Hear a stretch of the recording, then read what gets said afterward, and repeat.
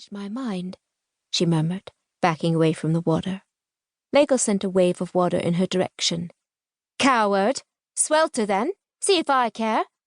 Ava reached her clothes and struggled back into them.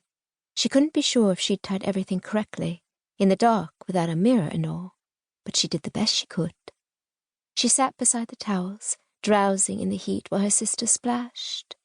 None of them had slept well with the heat these last few nights, but her airless cubicle was flush against the western wall of the woman's palace, turning it into a veritable oven. Perhaps if she lay here for a few moments, until the other girls were finished in the water. Ava stretched out on the towels and slipped into a dream. 2. Not for the first time, Yoon wondered when this nightmare would end. Certainly not today or tomorrow, for there were too many corpses to bury after this latest battle. Not that he'd be doing it. Burying the dead was work for common soldiers, not princes. Princes were supposed to take pleasure in sights like this, or so his older brothers told him. Then again his brothers took pleasure in a great many things that turned Yoon's stomach. Take Gung, the heir to the throne, and their illustrious general, and Chao, second in line on both counts. They had set up camp just outside of town, and the pen where their horses should have been was now filled with sobbing women, the wives and daughters of the men who had died on the battlefield defending the village, Yoon assumed from their clothing. He didn't need to follow the grunts, whimpers, and screams to know his brothers had already started celebrating their victory. He wished he didn't have to witness it, but their father would not wait. Shoving his way into Gung's tent, he averted his eyes from his rutting brother and the girl who squirmed and sobbed beneath him. "What word shall I send to father about the battle?" Yoon asked. "Can it wait?" Gung grunted. He backhanded the girl across the face. "Silence! I can't hear a thing over your whining." "I wish it could, but father must know our losses and how many—" "Enough!" Gung roared, drawing his dagger. He plunged the blade into the girl's throat, then yanked it out again. While the girl choked on her own blood, he rose to his feet and tugged down his rope. "What did you say? I couldn't hear you over the bitch's complaints.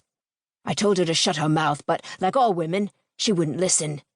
She would have made a terrible wife. I did the world a favor." He grinned, wiping his dagger on the dead girl's ripped garments, before sheathing it at his waist. Yoon fought down the bile rising up in his throat. How he'd grown up in the same household with Gung, he did not know. "I said, father will want to know how many of our men died, and how many of the enemy. We must send a rider today." Gung shrugged. "I don't know. Ask Chao. He keeps track of such things. Can't you see I'm busy?" He ambled out to the pen and seized the nearest girl by her hair. When she screamed in pain, Gung drew his dagger and sliced off her tongue. Then he dragged the gurgling girl to his tent. Judging by the screams coming from Chao's tent, Yoon wouldn't like what he found there either. But unlike his brothers, he was an obedient son. Yoon was gratified to find Chao still had his clothes on, though he had a girl in his tent too. He tied her to the tent pole in the center and chosen to amuse himself with one of the whips the enemy troops used on their horses.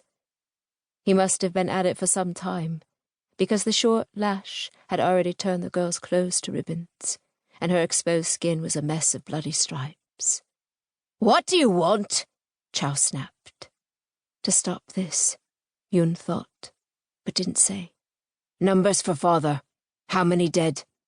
Chao tucked the whip under his arm and headed for the tiny table in the corner that was already covered in scrolls.